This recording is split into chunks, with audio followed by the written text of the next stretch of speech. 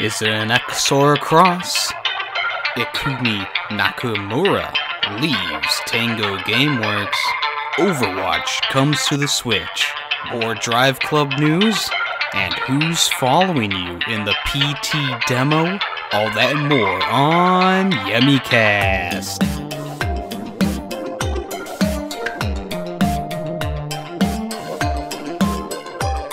Hey everyone, welcome to YemmyCast, a video game podcast on SoundCloud, Spotify, Apple Podcasts, and YouTube, of course, the home base here. Thank you so much for showing up, for coming around, for coming to this episode of the podcast. This is episode, what, 67? Is it 67 or 68? I'm not sure. It's not the sex number, that's for sure, because we're going to do something special for that one. But anyways, thank you so much for coming to this episode. Still got a little bit of that, like, phlegm in the nose here, but for the most part, I think I'm A-okay to get this going.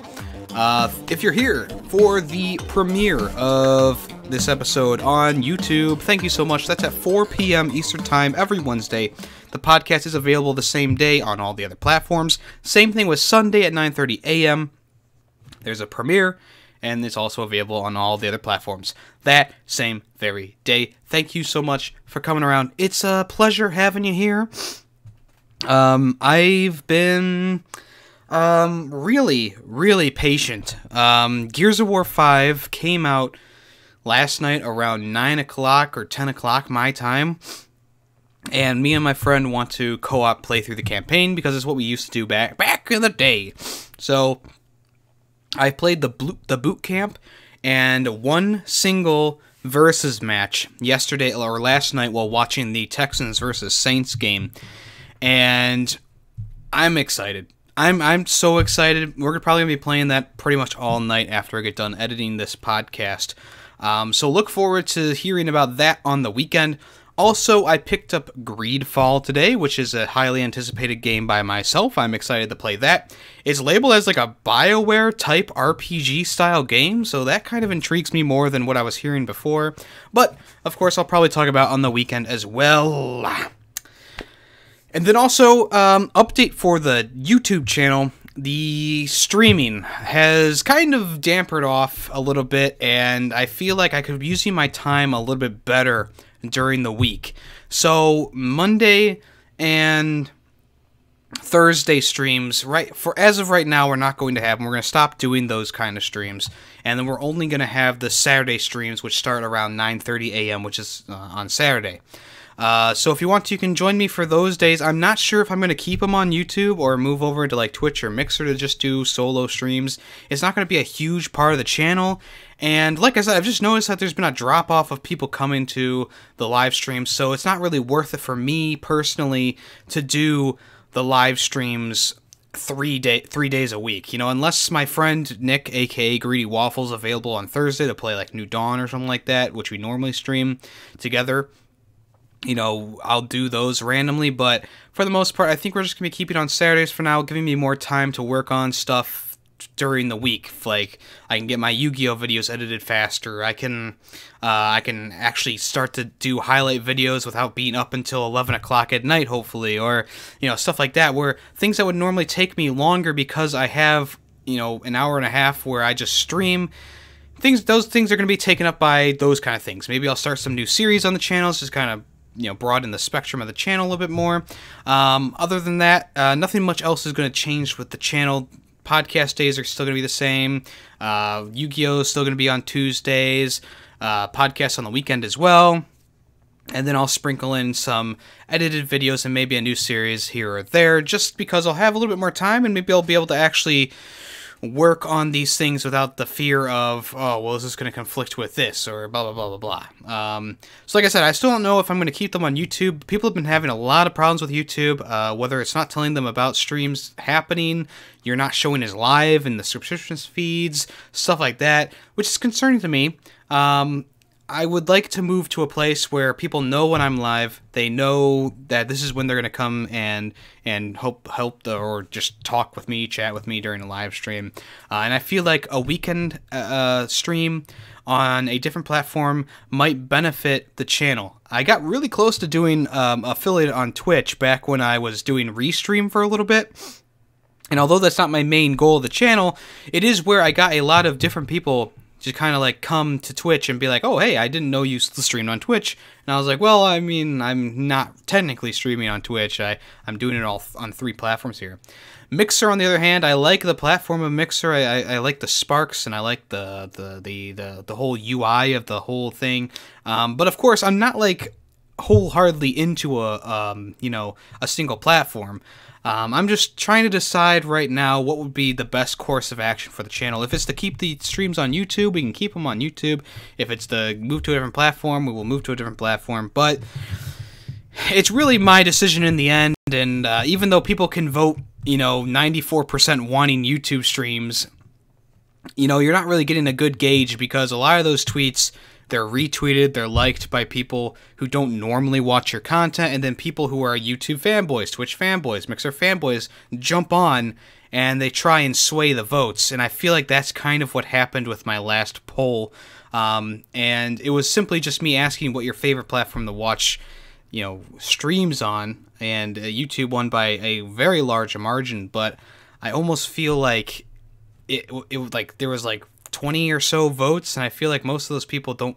I mean, I barely ever see 20 people in my streams at the same time, let alone 20 unique people in my streams every week. So it's like, hello. So that's kind of like a channel update right there. Sorry, I will get to the news. Toot sweet, but I just had to get that out because, this is the podcast on my main channel, and it is a podcast that a lot of people listen to. And if you're interested in that, just let me know where you would like to see me streaming, whether it's still on YouTube, Twitch, or Mixer. I'm leaning more towards Twitch right now because that seems to work the best in terms of getting people to actually come around to the stream. But Mixer's fun, and YouTube is my home base, so it's difficult for me to think of, imagine not streaming on YouTube. I tried it before, didn't really work out. Came back to YouTube, had a big explosion once again, streamed Stuntman Ignition, and then after those games, it kind of dropped off again for some reason. So it's a little bit perplexing to me, but we'll keep going forward, we'll keep zooming forward, and we'll see how things go. And now that that's all finished, that's a lot of damage! Huh? Okay, don't know what just happened there, but I think that's the cue to move on. Move along! Okay, so I meant to go over this last Wednesday, but I, of course, I don't know, I think I accidentally skipped it. It's Xbox news. What? Xbox news from last week. I was going to talk about the new games coming to the Game Pass for console. There's a lot of good ones on here, and if you've missed, or if you don't want to miss them, that's what I'm trying to say. You don't want to miss them. So, currently, right now, September 5th, Dead Cells was made available to play for free. It's a really sweet side-scrolling action game with permadeath mechanics, where every time you die, you get reborn again and again and again, and you go through the levels, and it's a little bit random. It's a very fun game, got on my top 10 list last year. Very, very good. Also, on the same day, Metal Gear Solid HD Edition, including 2 and 3, was available to play, which I believe is available to play with the backwards compatibility on Xbox One. If you haven't played that yet, and you're a fan of Metal Gear Solid, you can go back to where it all began. Very long cutscenes and very head-scratching gameplay from my perspective, but they're classics. They're classics.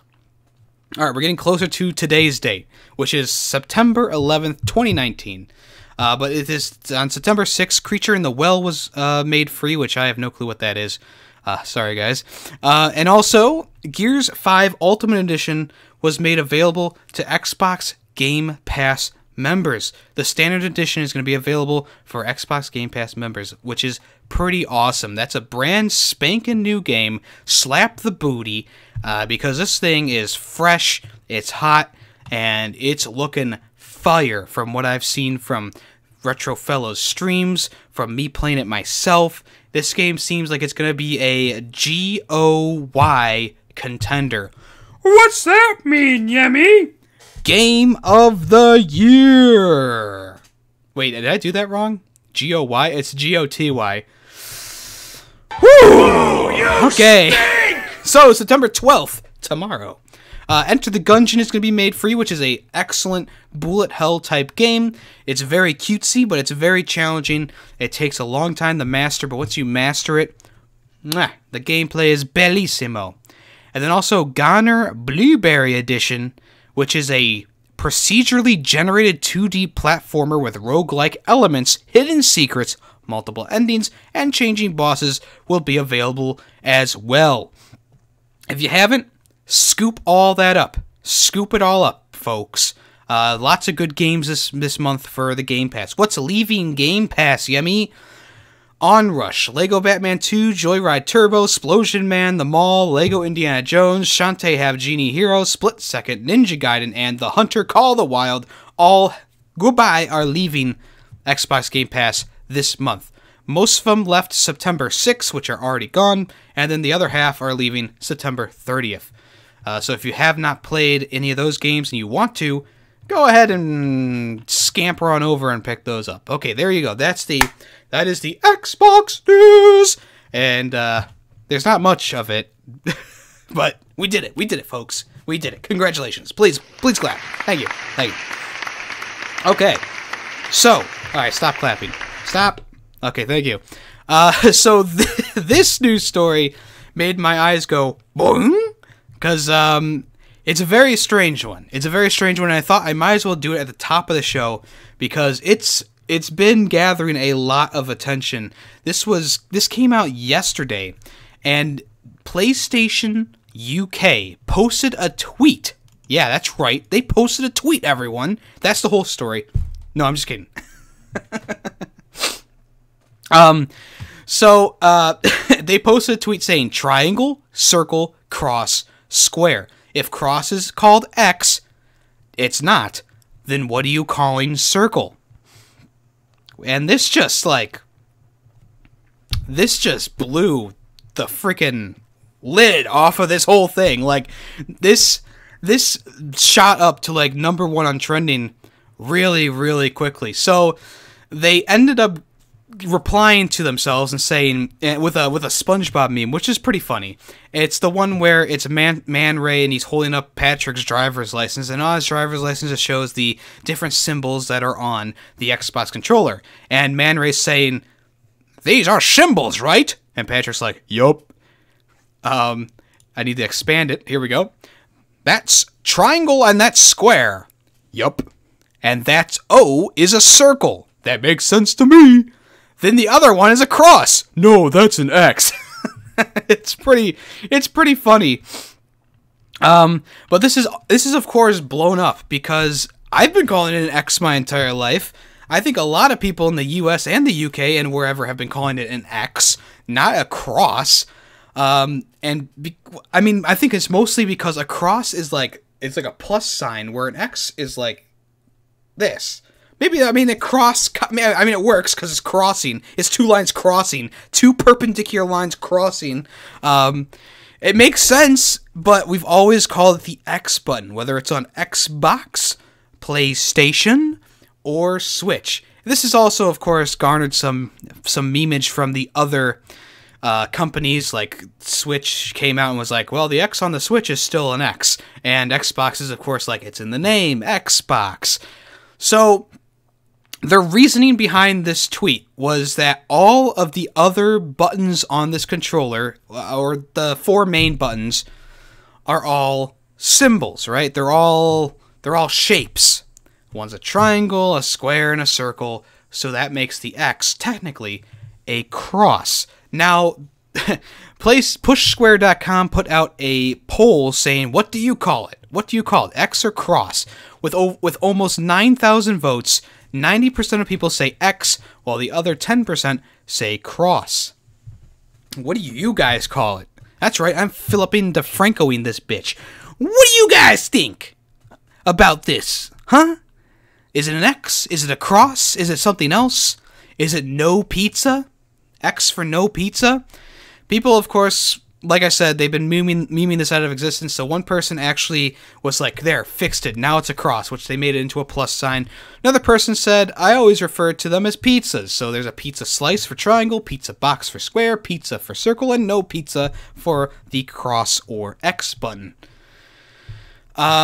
So I guess that's the official name, though. The official name is cross, but not a lot of people want to use it, that's for sure. Me, myself included. I don't think I'll start calling it the cross button. The second someone comes up to me and says, how do you jump in this game? And I go, press the cross button. Someone's going to be like, what the fuck you saying? It's funny because it's been over 25 years since the original PlayStation launched, and people, I mean, you can't teach an old dog new tricks. People are still going to call it the X button. I think it's forever known as the X button. I don't know. Is there like a patent or something out there where it shows it as the X or the cross button? I guess they've never really had to spell it out. They've just gone, hey, it's this thing. It's this thing. The two lines coming together to meet in the middle. It's that. It's that. What if on the patent that's what it said? Like, hear ye. This button will now be known as two perpendicular lines crossing in the middle. It will be blue, and that is what you have to call it, the entire name. The other one's square, triangle, circle, pretty self-explanatory, but the two lines meeting in the middle? Yes, middle. I don't know why I gave him an oldie colonial sounding voice. Maybe I've been playing too much Assassin's Creed 3. My wrists are still pretty clean. That's an edgy joke. So I guess I haven't been playing it that much. But yeah, I really want to know what you guys think. What do you think? What do you call the X, the cross button on the PlayStation controller? Has it always been the X button? Have you called it the cross? Have you called it something else? Yes, I call this one the less than and greater than signs fused together in a sexual position. That's what I would call it. Anyways, let's move on to the next topic of this past week. It's come out actually recently that Bethesda's E3 breakout star Ikumi Nakamura is leaving Tango Gameworks, which is the developer for Ghostwire Tokyo, which is the game that she's credited as being the writer, the producer, the director, the story lead, or whatever. If you don't remember her, you probably do, though, once you see the picture of her. This is the Japanese woman who came out on stage to introduce Ghostwire Tokyo. She was very passionate, she was very springy and bouncy, and she had a lot of fun while she was on stage. The world fell in love with her, and people were making fan arts and Rule 34 posts galore. She definitely was passionate about this Ghostwire Tokyo game. Really, all we saw about the game was a CG trailer, and then she talked about it just a small bit beforehand. And she gained a lot of, I don't know about like memes, but she definitely was a highlight of the Bethesda's E3 for a lot of people. I don't remember exactly what I gave Bethesda's E3 in the E3 episode a while back. I don't think I gave it high praises. I know they did Doom, and they had another game that I was looking into. But other than that, there was really nothing else. But I forgot to mention this little segment that she did, because it kind of brought a little bit of life into their E3 presentation. She wasn't just standing there talking and then people going, woo, yeah, oh, blades, Elder Scroll blades, oh, please, blade my ass, Todd Howard. No. So she came out on Twitter, and her Twitter is at Nakamura193. She came out on Twitter and said, after 9 years as creative director and art director at Tango and ZeniMax, I felt here is one of the ends of the journey. I learned from the talented people I've worked with and I respect. Contact me if anyone wants to work with me. And she put her LinkedIn link. LinkedIn link. So a lot of people are talking about this. Of course, 25,000 likes is not a small number. It's not a small number indeed. So what do we know about this game that she was working on? She was well, she's credited as the creative director, story writer, and scenario writer, as well as the concept artist. So she was pretty much everything creative about this game she was working on. Who knows if this game is going to follow her to her next place, if Bethesda is going to keep it, or if the studio Tango Gameworks is going to keep it. Who knows what's going to happen to the game in the future? Why did she leave the company? No one really knows right now. All we know is that Ghostwire Tokyo may be off the menu. So yeah, we'll see what happens in the future, where she goes, what happens to this game, and maybe she was just not satisfied with the way Bethesda was handling the overall, publishing, or maybe they were trying to put too much input into the game. Who knows? It's a little bit of a mystery right now, but hopefully we'll find out why she left in the near future. But for now, we'll just have to remember that E3 presentation, and all of those fanboys and girls are gonna sit down and have a good cry. Alright, moving right along. What time are we at? Jeez, we're at 20 minutes already. So, Niantic pays $4 million in Pokemon Go trespassing lawsuit, and they're introducing a new report system. So, Niantic is the Pokemon Go developer. I think they also made the Harry Potter game, so they'll probably be implementing this into the Harry Potter game as well. So the Pokemon Go developer is going to pay $4 million to settle a class action lawsuit, which was first raised against the company back when the game first launched in 2016.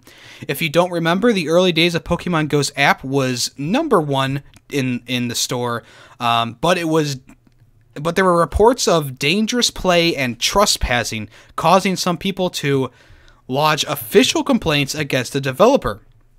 In this case, legal proceedings were initiated by 12 U.S. plaintiffs who had been affected by the game, including one person who reported that a number of players had to knock on their door asking to catch Pokemon in their back garden.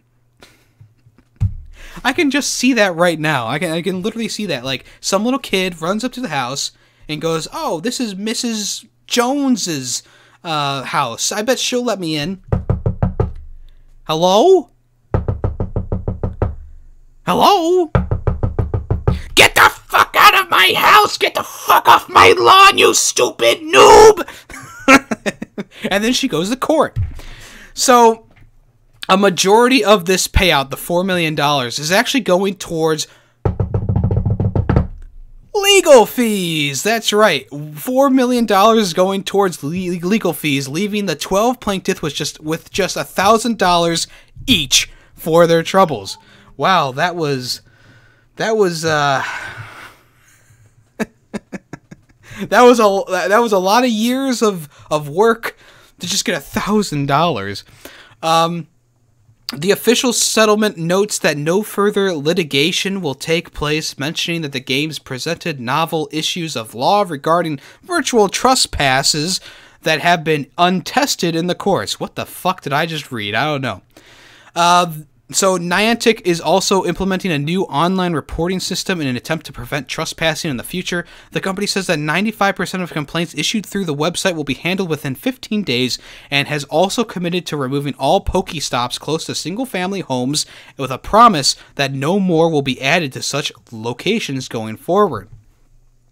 I mean, that's a good thing to do, of course, but I feel like 2016, it's been 3 years since the game came out, almost 4, and we're just now implementing this stuff. I feel like this is stuff that probably could have been thought of in the future, like, oh, what if someone goes onto the White House's lawn to catch a super rare Magikarp?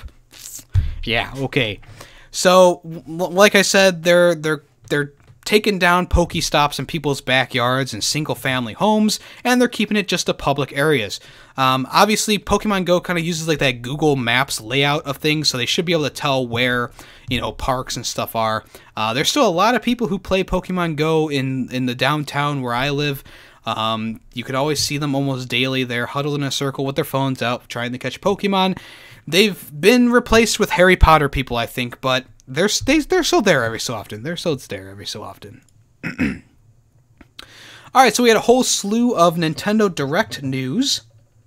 And one of the biggest things coming out of it is that Sans from Undertale is going to come to Super Smash Bros. Ultimate as not a fighter, but as a skin for the Mii Gunner. That's right. So yeah, he's going to be, he's pretty much in the game. I mean, I don't think, like, I think this is better to have him as, like, this playable character than, like, Waluigi or Shovel Knight being, like, secondary hand characters, even though they're fine and they're in the game at least.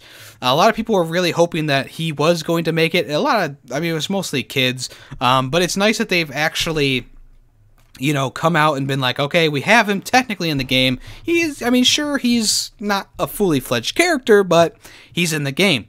Sans will even get his own music, and he's going to be priced at 75 cents USD. The soundtrack arrangement was made by the creator of Undertale, Toby Fox. He even visited Sakurai's home and apparently put up quite a fight in the game against the man behind the All-Star series. The new costume is part of a third wave of Mii Fighter costumes and joins the mystical ninja, Guilliman sword fighter, Proto from Mega Man, who is going to be a gunner, Zero from Mega Man X, which is a sword fighter, and Team Rocket from Pokemon as brawlers, which is pretty cool. It's cool that all these characters are kind of sort of making it in. Sans has probably the most change to the Mii because he's a full mask and he's got his little arm there with the blue eyes. He's got his slippers on as well. I think this is a good thing, and I'm excited to see what people will be able to do with Sans from Undertale in the game.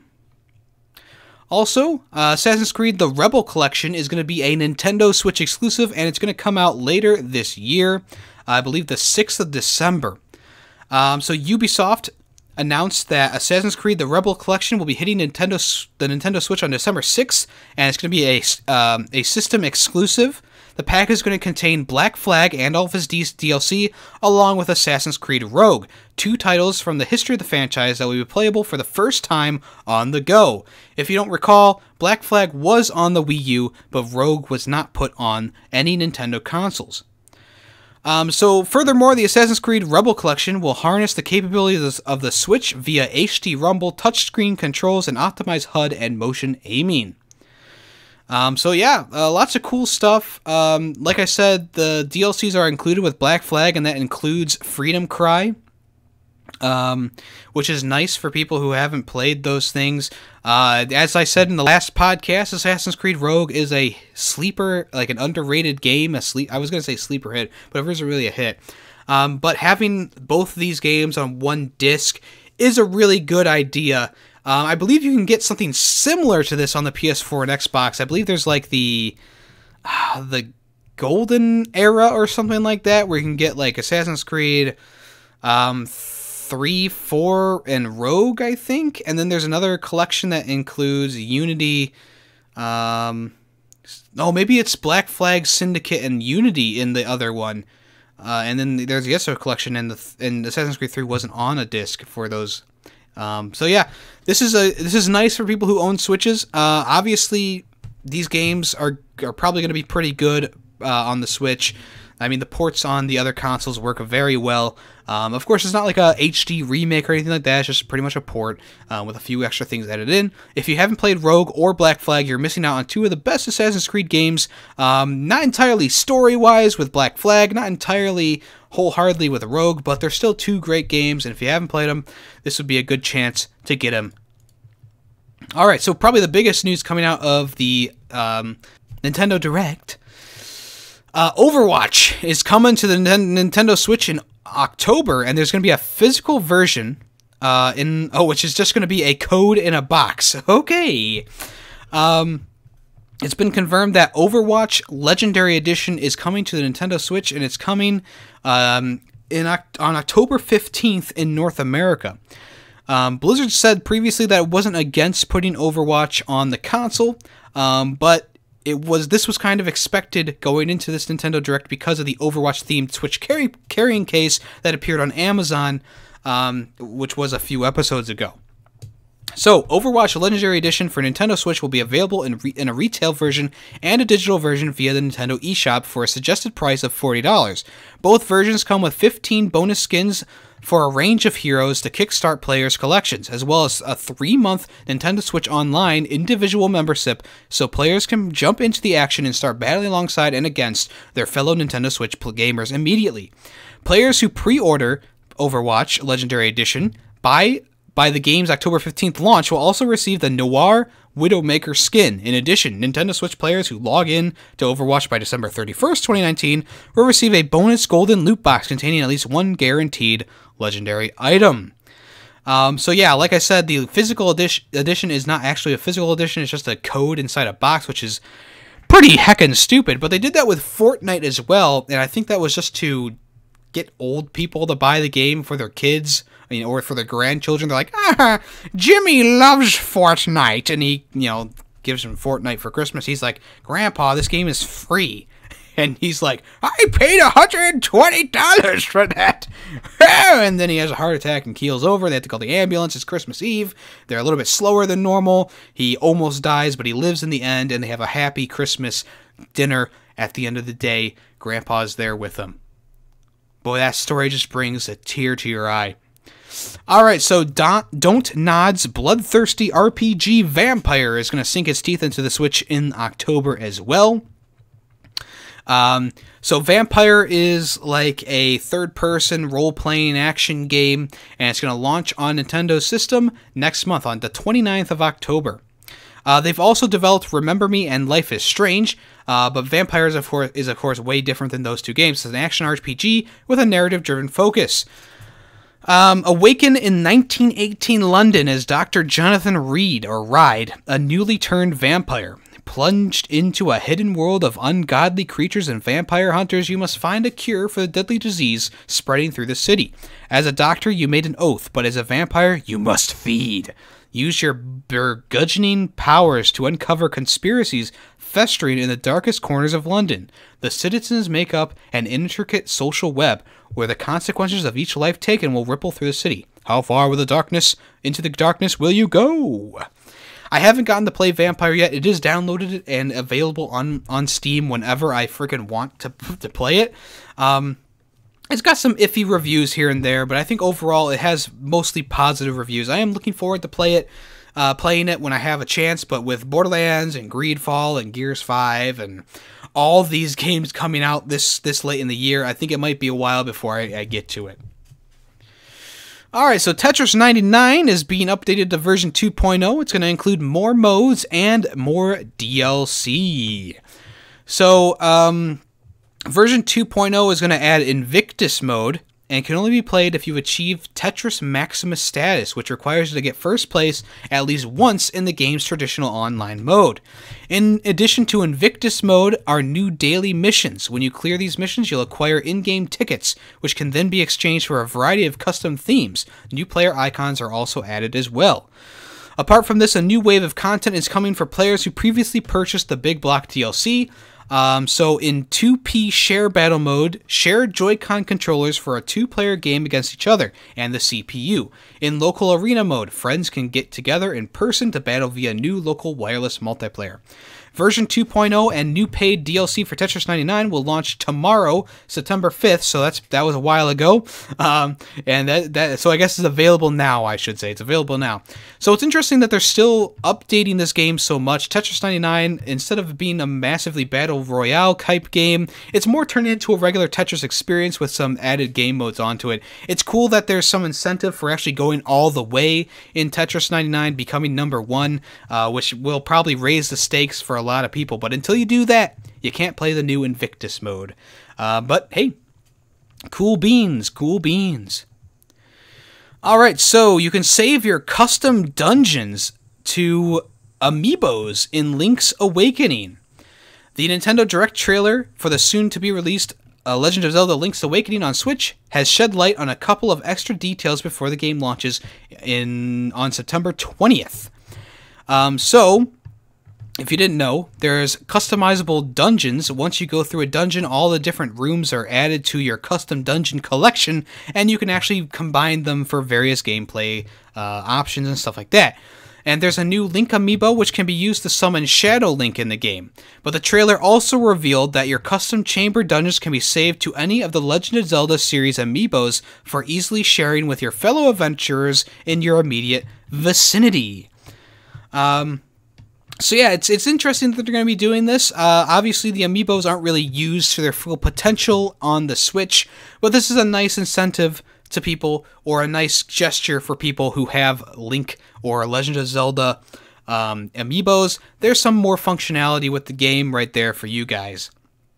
It says on the website here, just a word of warning, make sure you use one of your friends' amiibos if you're sharing dungeons. You don't want to lose your Link, and and there's going to be a lot of thieves about, especially with the new amiibo is available. So yeah, make sure you use your friends' amiibos to save them, so that they don't steal your amiibos. Just like my Yu-Gi-Oh cards were stolen, your amiibos can be stolen as well.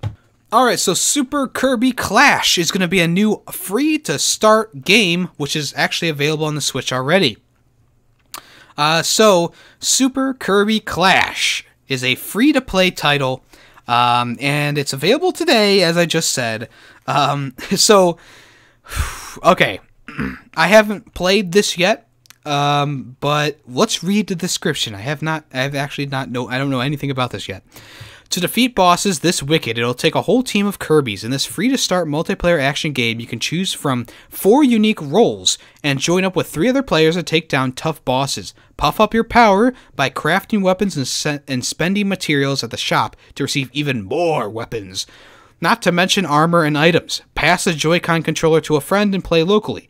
And if you have a Nintendo Switch Online membership, you can even play online. Are you a sword hero, hammer, lord, beam mage, or Dr. Healmore? No matter what, each mighty role offers up a unique way to play. Story Quest lets players team up locally by sharing Joy-Con controllers, while Party Quest enables users to play together on one system, via local wireless or online. Plus, tapping compatible amiibo figures and accessories will earn you extra fragments to help craft new gear. Are you ready for Kirby? The answer is always fight and flight. So it seems like a boss rush type game where you play with friends and buy accessories in order to beat the bosses. Seems like an interesting concept. I'm definitely going to be checking it out because it's free. If you haven't checked, or if you have checked it out yet, let me know what you think of it, because I have not played 1 second of it yet. Alright, so the 3DS YouTube service has now ended in Japan. That's right, we're back to those memes in Japan. So in July, we found out that the YouTube service for the 3DS was going to end in Japan on the 3rd of September, and now it's the 4th or it's past that, so it's now been officially taken down. Google has removed the app and service from the system's eShop. So if you're located in that region, you'll no longer be able to download that free app on your handheld devices. YouTube officially went live on the 3DS in 2013, and from then on, it was updated to the Wii U, and I believe it's on the Switch as well. Nintendo users in Japan with access to a Wii U or Switch can still access the video streaming service, but just not the 3DS. So this will probably move over to the US in the near future. I'm expecting it to, mostly because the 3DS has kind of been winding down lately. There's really only been like 1 or 2 releases on the system since I've talked about it last time. And yeah, it's probably going to happen soon in the UK and the rest of the world. So use it while it lasts, I suppose. Download it while you still can. Alright, so here's the full patch notes and fighter adjustments for Super Smash Bros. Ultimate version 5.5, which is featuring ya boy, Banjo-Kazooie. I believe Randy has made an appearance on the podcast here. Randy. Randy boy. Hi, Rand. Hello, Randy. There he is. He'll stay right there for a little while. Okay, so Banjo-Kazooie, everyone. Woo! So version 5.0.0 was released the same day as the Nintendo Direct, and here is some adjustments and new things that you can do. In offline, you can now play the home run contest mode in games and more. This mode supports up to 4 people. Some of the special moves in home run contests will behave differently from other modes. Just a side note there. The following spirits will now appear in the shop, appear in the shop on the Vault menu. Tootie, Bottles, Mumble Jumbo, Jingos, Jiggy, Gruntilda, and Buzzbomb. Awesome, awesome, awesome. Online, if you download a Mii Fighter and shared content that was uploaded from version 5.0.0 or later, you'll be able to adjust the moveset for that Mii Fighter. In general, the following downloadable content will be usable after purchase: Banjo-Kazooie and Spiral Mountain Stage, Team Rocket Hat and Outfit, Sans Mask and Outfit, Guilmon Wig and Outfit, Proto Man Helmet and Armor, Zero's Helmet and Armor. You cannot make videos of replays that contain DLC you have not purchased. Game balance adjustments have been made and several issues have been fixed to improve gameplay experience. There wasn't much tweaking to characters for all characters. Previously, if you were in the air and held the shield button in the input left, right, or down, and then continue to hold the shield button until you landed, you would dodge in the direction input upon landing. Now you'll only dodge after landing if you input the direction after landing. To people who know what that is, you may be concerned about that. Also, adjusted the time you can move again after grab or parrying. Okay, there you go. There were some basic changes made to Yoshi, Peach, Daisy, Ice Climbers, Villager, Rosalina, Joker, and Hero was actually nerfed a little bit. Other than that, the Smash Ball has been slowed down. It's easier to hit with attacks. You guys gonna like version 5.0? I'm already liking it, and I haven't even played it yet. Banjo-Kazooie, here we are. It's finally here. Am I dreaming? Pinch me. Ow, that actually kind of hurt. Nintendo has won another piracy battle as the court has ruled and has fucking blocked the offending sites. The sites have been found to be unlawful. The sites were not named by, they were not named, but in the UK, the top internet providers, BT, EE, Sky, TalkTalk, and Virgin Media, are going to be required to block or at least impede access to 4 different sites which help visitors pirate Switch games through specialized information distribution. Nintendo has claimed that the sites in question are infringing upon its trademarks. The UK High Court has agreed with the claim, issuing the following statement. Today, the UK High Court found the sale and distribution of circumvention devices for the Nintendo Switch unlawful. Nintendo is pleased that the UK High Court has confirmed that dealing in device or software that enable piracy on Nintendo Switch systems is unlawful. This decision will help protect the UK game industry and the more than 1,800 developers worldwide that create games for Nintendo Switch platforms and who rely on legitimate sales of games for their livelihood and keep bringing quality content to gamers. The sites reportedly targeted a UK audience, hence why it was a UK-based jurisdiction, and George Osborne of UK video game industry body UKIE also weighed in on the news, saying, UKIE fully supports the ruling and wishes to reiterate the strong stance of the UK video game industry against illegitimate operations. So this definitely is going to put a dent in illegal operations in the UK at least. We'll see if it follows suit anywhere else. Alright, so Japanese Nintendo Switch Online subscribers are going to face an increase renewal price. Whew! Uh-oh! Reggie! So Nintendo Switch Online subscribers in Japan are going to have to pay slightly more to keep having their online, online being available to them. The Switch Online services are still relatively low, but we'll see if things happen in other countries like the UK, Europe, and the US.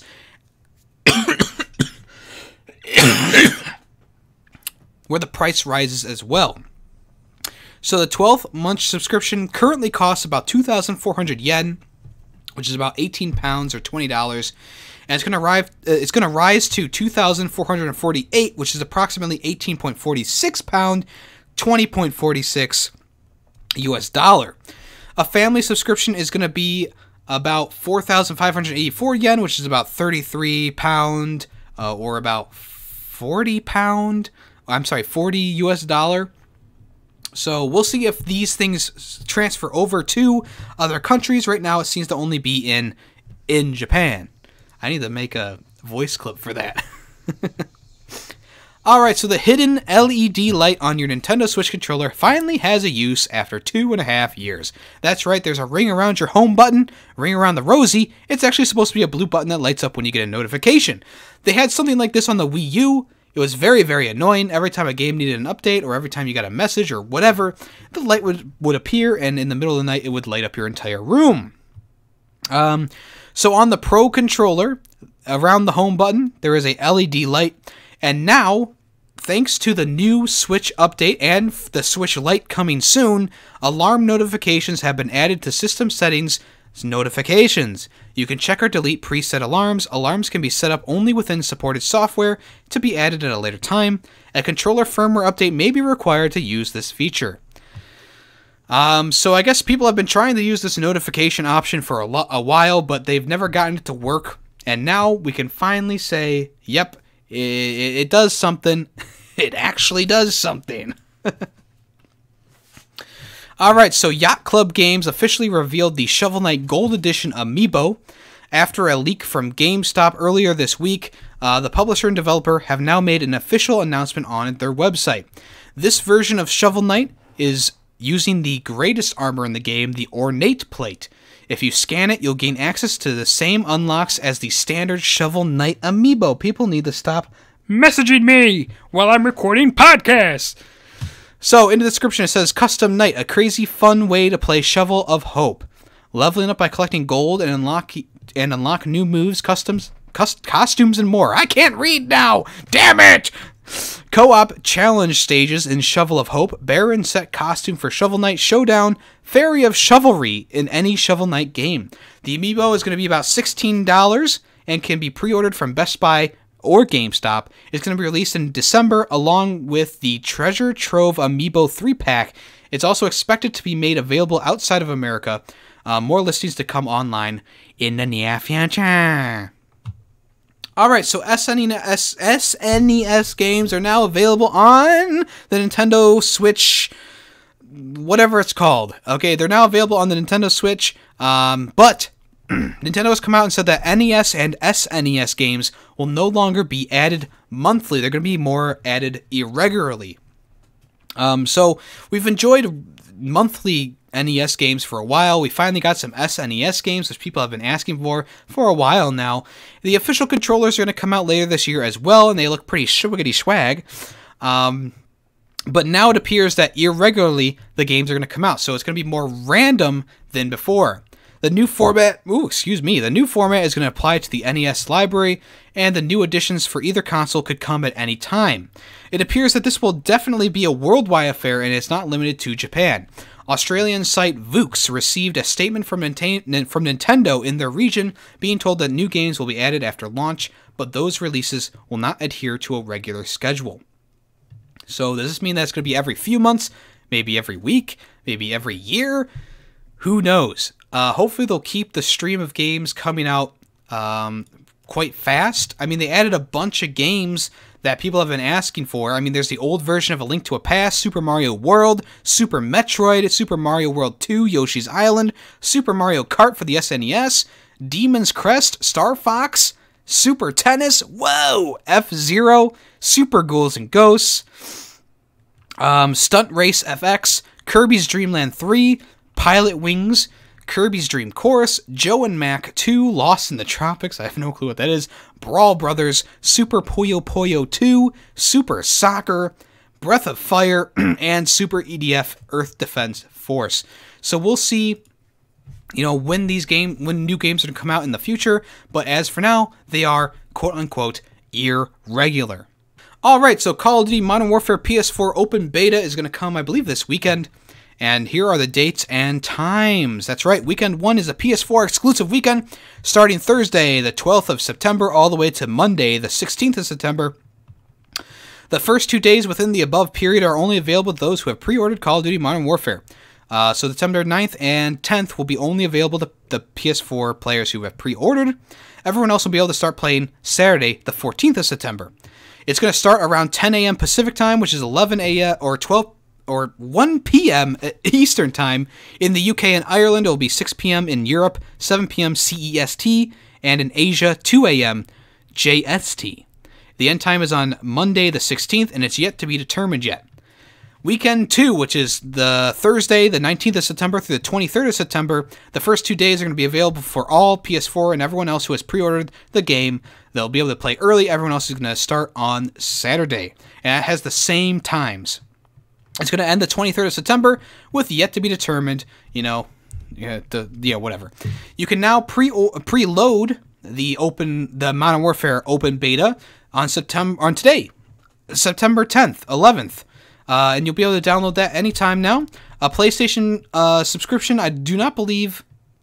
Not all territories need a PlayStation Plus subscription to play online, but we don't know which particular regions will be able to play without the PlayStation Plus. What's going to be included? Gunfight 2v2 mode is going to be back. There's going to be 6v6 multiplayer, large player count modes, gunsmith weapon customization system, and more. We'll see what all happens. Like I said, you can pre-order the beta now, and it's going to be about 28.4 gigabytes. So once you preload that in, you'll be able to play it if you pre-ordered by Thursday. If not, you'll have to wait until Saturday. Also, more Modern Warfare news. The campaign is going to be finally shown off at the end of September. Pre-launch plans have also been outlined as well. We'll get our first real look at Call of Duty Modern Warfare's single-player campaign at the end of the month. It's been a long time coming, of course. We've been waiting since the reveal of the game, but it's going to make its public debut later this month. So, the road to launch has been outlined. Beta 1 is going to be September 12th through the 16th. Cross-play details will come out the September 16th. Beta Weekend 2, of course, is 19th through 23rd. Campaign premiere, no specific date, but it's at the end of September. Special Ops premiere is going to be the week of October 7th, which is the release, or no, this is going to be released on the 25th, so that's almost, that's only 2 months before the release of the official game. So yeah, if you haven't yet, preload that beta if you're interested in Modern Warfare at all, or if you're not interested, maybe this will make you interested, who knows. The roadmap seems pretty cut and dry, no real questions from me there. I will be definitely waiting at the end of September to see what this campaign is going to show off. We'll see what part of the timeline it's going to be. It looks like it's going to be pre-Modern Warfare 1, but I could be wrong. Alright, so the FIFA 20 demo is ready to go on the PS4. That's right. The FIFA 20 demo is now out on PlayStation 4 ahead of the game's release later this month. It's going to be about 6.5 gigabytes, and it's going to feature 2 modes called Kickoff and Volta. Volta being more of a street version of the game, 5-a-side footy. What the fuck does footy mean? Football? The demo is only allowing for 3v3 player matches. As for the Kickoff, the demo features the following playable teams: Liverpool, Manchester City, Real Madrid, Borussia Dortmund, Atletico de Madrid, PSG, Roma, Club America, Los Angeles FC, Vissel Kobe. Yeah, also notes that the demo doesn't necessarily represent the finished product, blah, blah, blah, blah, fucking blah.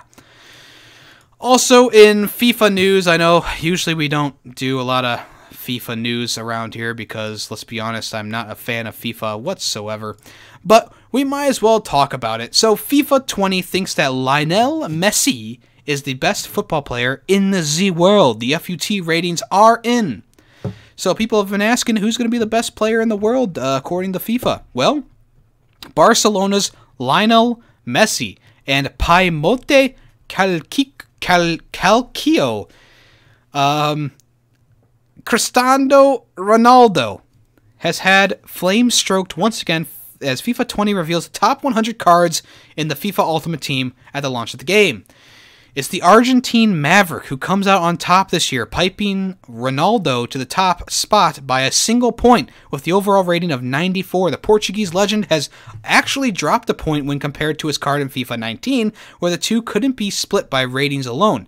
Messi beat out Ronaldo with better passing, dribbling, and defending. For the full list, head over to FIFA 20 on EA's website, and you'll be able to see the full rundown. I read that verbatim, so thank you, Push Square, for being football fans, because I am American football, not soccer. More sports news! That's right, NBA 2K20 fans are in a frenzy as the title has gotten off to a little bit of a shaky start. So people have been saying that this is the best basketball game around. 2K20 has blown expectations out of the world. I don't know. But fans are calling for public firings following the release of the simulation last week. Tempers frayed a few weeks ago when a trailer for the title's My Team mode, essentially Ultimate Team, with more new era hats, showcased a slew of gambling-inspired minigames. Ever since then, the community has been asking for blood. So apparently, there's a bunch of microtransactions in this game. I mean, it's usual for 2K, right? I feel like every year there's a controversy about the microtransactions. Yes, it's getting a little bit ugly, but the hashtag FireRonnie2K has grown a lot of traction. Also, hashtag Fix2K20 has been trending. So, as well as microtransactions, there's issues with servers, as well as some nasty glitches in the game itself. I'm surprised people aren't this excited about Madden 20 this year. I mean, Madden 20 has been picked apart and destroyed by a lot of people on YouTube and people in general. Me, myself, I've decided to not play Madden 20 ever again. It's the last game I played was completely off the rails. There was so much crap going on. I was like, nope, this is it. This is the last Madden game ever. This might be the last 2K game ever that people get as well. It doesn't seem to be getting better. A lot of these sports games just follow the same pattern every year. People initially go out and buy it, and they go, well, this sucks. They sell it, or they just leave it on their shelves, and then they go ahead and buy the next one anyways. So yeah, let's see, what's going to happen in the future. Of course, people need to voice their opinions about the game, but I think going after Ronnie will unlikely have much input into the development of the future of the game, but we'll see. We'll see what happens. All right, so Driveclub, as I teased before, about 50 minutes before, almost an hour before, Driveclub is still available on the US PlayStation Store after delisting on other in other regions. I didn't know about this when I initially went off about the Driveclub delisting. I thought this was a worldwide thing, that the game came down early from the stores, but it was only in Europe, the UK, and Japan. Apparently, the game is still available to download and play along with all its DLC in the US PlayStation Store. So since it was delisted early in several other territories, which made people very angry, people went over to the US store and noticed that, hey, the game is still available. The North American PlayStation Store, nearly a week after its delisting date, which was supposed to be August 30th, it's still up for grabs, including all the expansions and DLC. It's kind of a kick in the face to a lot of people who are fans of Driveclub in other countries, who obviously did not want to see this game go down and get off of the website. This has obviously been a bizarre situation. Sony has not done the best job in taking this game down. Maybe they should have just left it up. I mean, a lot of people like this game. I don't know if it was maybe getting that much, exposure or whatever, or much playtime in nowadays, but who knows? People have said that the PS4 exclusive deserved a much better end, but I don't know. It seems kind of par for the course for games like that. All right, so The Last of Us Part 2 is finally going to return later this month. After behind closed doors in August, GameStop employees got to see a trailer.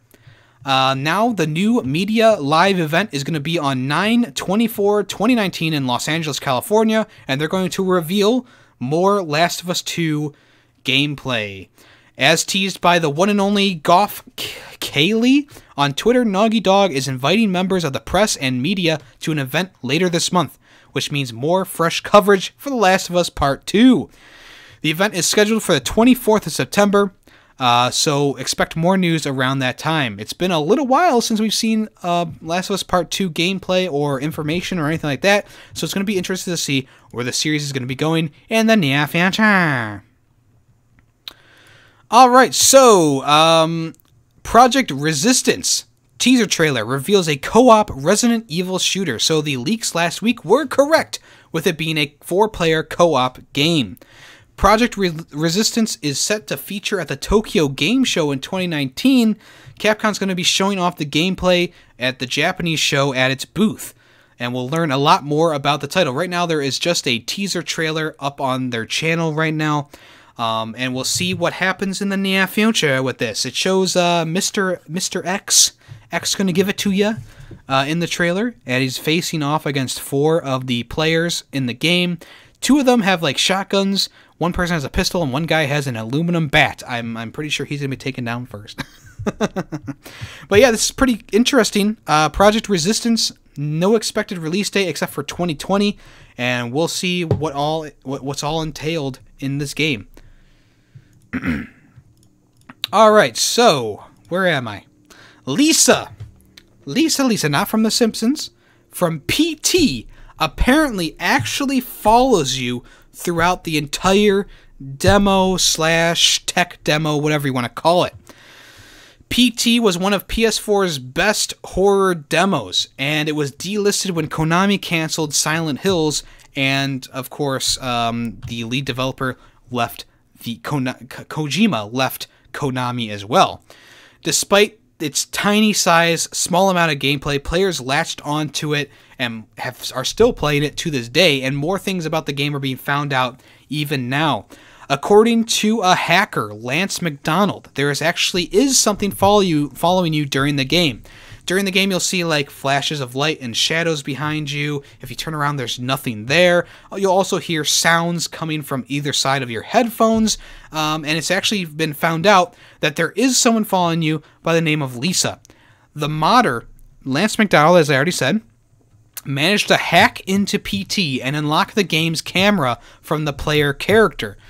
So he's been able to turn his head all the way around and look behind him. So, in PT, it's common to hear noises as if Lisa is right behind you, or see weird shadows moving around in front of you. But when you turn around, there's nothing there. He hacked the game to allow players to see behind them without actually turning around, and he ended up seeing the character, Lisa, walking behind him, looking kind of like a zombie, but that's pretty freaking frightening. So she actually apparently attaches to the player's back as soon as you get the flashlight, and he demonstrated how you can see some strange shadows and then lock the camera in place and walk forward, showing how she's always there following you. Let's look at this. Let's look at this. Is there any sound? I don't think there's any sound. So he's walking forward. It's really dark. He's got maybe a flash. He just picked up a flashlight, maybe. Okay, he's walking forward. He's looking at the window in front of him. There's nothing behind him. He turns around. He turns around again. There's nothing in front of him. And he locks the camera in place and moves forward. And you can see Lisa is behind him, or was behind him, following his actual movements with the camera being locked in place. It's pretty creepy. Not gonna lie. PT was pretty influential back when it first came out, being one of those things that's like pretty, I mean, it was pretty off the walls, pretty crazy. There are a lot of things you had to do to secretly get things to happen. PT is still a very big hit in the community, and it's interesting to see stuff like this, you know, this late in the game. I mean, it's been like, I don't know, 3-4 years since it came out. And it was delisted too, so you can't really play it anymore. Alright, so Only on PlayStation Collection is going to repackage some PS4 exclusives with new sleeves. And these are already available in the UK. I'm not sure about the Americas yet. So these new cases are really cool looking. Like, they look like those cases that you saw from Marvel or something like that, where they had like the character in the front and then like pictures in the background, except these are a little bit more plain. So they have a lot of the main characters on the front of them with a stagnant background. They look like a shadow. So games like Bloodborne, God of War, Horizon Zero Dawn, Marvel's Spider-Man, Ratchet & Clank, Shadow Colossus, Last Guardian, Last of Us Remastered, Uncharted 4, and Wipeout Omega Collection all have gotten new sleeves, new covers for their games, and they look really good. They do look really good. Most of them are available for about $20 each. Some of the newer games are, of course, a little bit more. But this is a cool thing to do, and if they do this for more future releases, that would be really freaking sweet. I think that they were probably planning a Detroit Become Humans one, but of course that's going multi-platform, so they decided not to do that. But These ones look really good. If you haven't seen them, make sure you go on to PlayStation Access and see the video, or just look them up in general. Alright, so Celeste's free Farewell DLC is going to come onto the PS4 next Monday, I believe? Or was it... It was last Monday. And the developer is actually getting a new name. The long-awaited expansion to Celeste, titled Farewell, has officially been released on the PS4 on the 9th of September. So yes, that was yesterday or the other day. It's going to bring 100 levels and 40 minutes of new music from Lena Raine. And best of all, it's going to be completely free. The DLC introduces a new mechanic and new items to uncover. Alongside with the new DLC, confirmation was announced that the studio name Matt Makes Games Inc. has been dropped going forward. I started Matt Makes Games when I was working solo in my parents' basement. I never thought I'd be working with such an amazing team on a game of this scale. On Towerfall, my collaborators took a larger role than I anticipated, and on Celeste, it was obvious that the calling ourselves Matt Makes Games had become silly. Forming EXOK, XOC, has also conveniently allowed us to restructure things in the more equitable fashion so that we can all share ownership over our collective efforts. So that was really cool of him to do, make the studio more of a collaboration than just his name on the games. Cool stuff, cool stuff.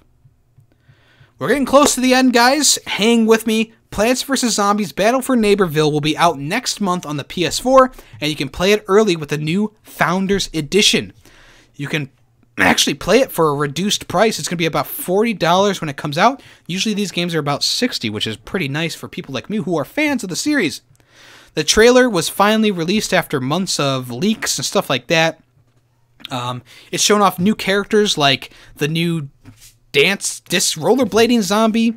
There's also a new tree trunk zombie, tree trunk that is that multiple people can control. So you have 2 acorns on top and one person controlling the main dude. There's also a zombie type thing like that where they're in like these little UFOs. It's a 3-person vehicle that combines. Lots of cool things were shown off. A new hub world, a new game mode, lots of new characters and stuff like that. I'm really, really seriously hoping they transfer all old costumes over to this game because I had a bunch of them, and a lot of them I really, really enjoyed. The game is going to release on the 18th of October, and you can pre-order the Founders Edition from the PlayStation Store starting this week. In fact, become what EA is called a founding neighbor, and you'll be able to play from today as PopCaps adds more to the game over 6 weeks between now and the launch date. What? You can play now? It's a chance for fans of the series to play the game early and provide some feedback as the content is slowly added to the package. Another benefit is the reduced price of $30 as opposed to $40 for the regular price. Wow! This deserves a round of applause. That is really cool of them to do. Now, stop the applause, because this seems like a early access type thing to do. Of course, the game's not going to be 100% ready to go as of yet, and there's going to be a bunch of things that, of course, are added in the future. But that's cool. I may go ahead and just swiggity swag, biggie ball stain this game right off the store site, maybe sometime this week. And finally for today, Star Wars Jedi Knight 2 Jedi Outcast is going to come to the PS4 and Xbox along with the Nintendo Switch, which was announced at the Nintendo Direct last week. So Star Wars Jedi Knight 2 Jedi Outcast is going to launch on the 24th of September, being followed by Jedi Knight Jedi Academy in 2020. I loved Jedi Outcast when I was a kid. I played endless hours of this game, and I didn't really understand the story or anything like that until I was a little bit older, but damn, was this such a good game. You followed this character through his journey of becoming a Jedi. You meet characters like Luke Skywalker, and I think Lando's in this game as well. The gameplay is so nice and flowing, and the lightsaber stuff is awesome. The levels are designed so freaking well. I can't wait for this to come out on the PS4. I will definitely be scooping it up myself. Even though I have it on Steam, it doesn't run the best on my computer because my computer's so new, not a flex, and the software is so old. So hopefully they'll be putting out more games like this in the future on consoles, and we'll see how Jedi Fallen Order is going to be when that releases as well later this year. So cool stuff indeed. I'm definitely excited about that. Woo! 1 hour and 12 minutes. That is a heck of a podcast, but thank you so much for coming around to this episode of YemmyCast, a video game podcast. I appreciate it so much. If you're here for the premiere, thank you for sticking around and checking out this video game news with me. If you're not here for the premiere, I appreciate you anyways, no matter what platform you are listening on. Remember, YemmyCast, Wednesdays and Sundays. That is right, Wednesdays at 4 o'clock p.m. Eastern Time for the premiere, and Sundays at 9:30 a.m. for the premiere as well. It's available on all the other platforms the same day and a little bit early, if I do it correctly. Last week was a little bit of a train wreck, so I'm glad that everything's kind of gone swimmingly since then. Everything's up, everything's working, we're all good to go. So yeah, what are you excited to play this week? Gears of War? Greedfall? Let me know in the comments below. What did you think of the X versus Cross thing? Let me know as well. What do you think the Ghostwire Tokyo is going to be like now that its lead creative director is gone? Who knows? Once again, thank you so much. I am YemmytheFerret, and this has been YemmyCast, a video game podcast.